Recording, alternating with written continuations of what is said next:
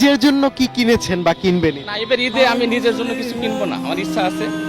মানে আমি আসলে ওইভাবে টাকাটা ম্যানেজ করতে পারতেছি না, যেজন্য আমি নিজে এবার কিনতে পারবো, কিন্তু আমার সন্তানকেই দিব শুধুমাত্র, আর আমার আব্বার জন্য একটা পাঞ্জাবি কিনবো, এতটুকু আমার ইচ্ছা এবার।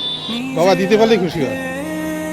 নিজে কিছু কিনবেন না এবার ঈদে? কিছু না তো, বাবার এটাই দায়িত্ব এবং এটাই কর্তব্য, এটাই আনন্দ পাবে বেশি। ভাবছেন নিজে কিনবেন ঈদে?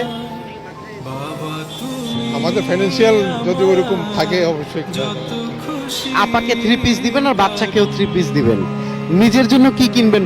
নিজের জন্য কেনা হইবে না, সন্তানের জন্যই বাবারা এই নিয়ে খুব ভাবে চিন্তা ভাবনা করে। নিজের জন্য কি ভাবা, এখন তো বয়স হয়ে গেছে, আর নিজের জন্য কি ভাবা আছে? পোলাবানের জন্য তো সব কিছু আছে। বাবাদের ঈদ হয় যখন বাচ্চারা ঈদে বেশি সন্তুষ্ট হয়, তখন বাবাদের ঈদ পরিপূর্ণ হয়ে যায়।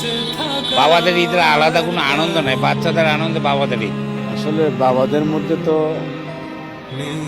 মূল চিন্তা হলো যে ছেলেদের, ভাইদের, বোনদের কীভাবে ঈদের খুশি করবে, সেজন্য তাদের চিন্তা ভাবনা থাকে যে ঈদের বোনাস, কাপড় চোপড় কেনাকাটা, এগুলো নিয়ে বাবাদেরকে উদ্গ্রীব থাকে।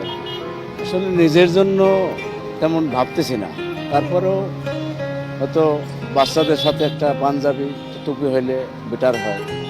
এই বাবা তুমি আমার বেঁচে থাকার কারণ।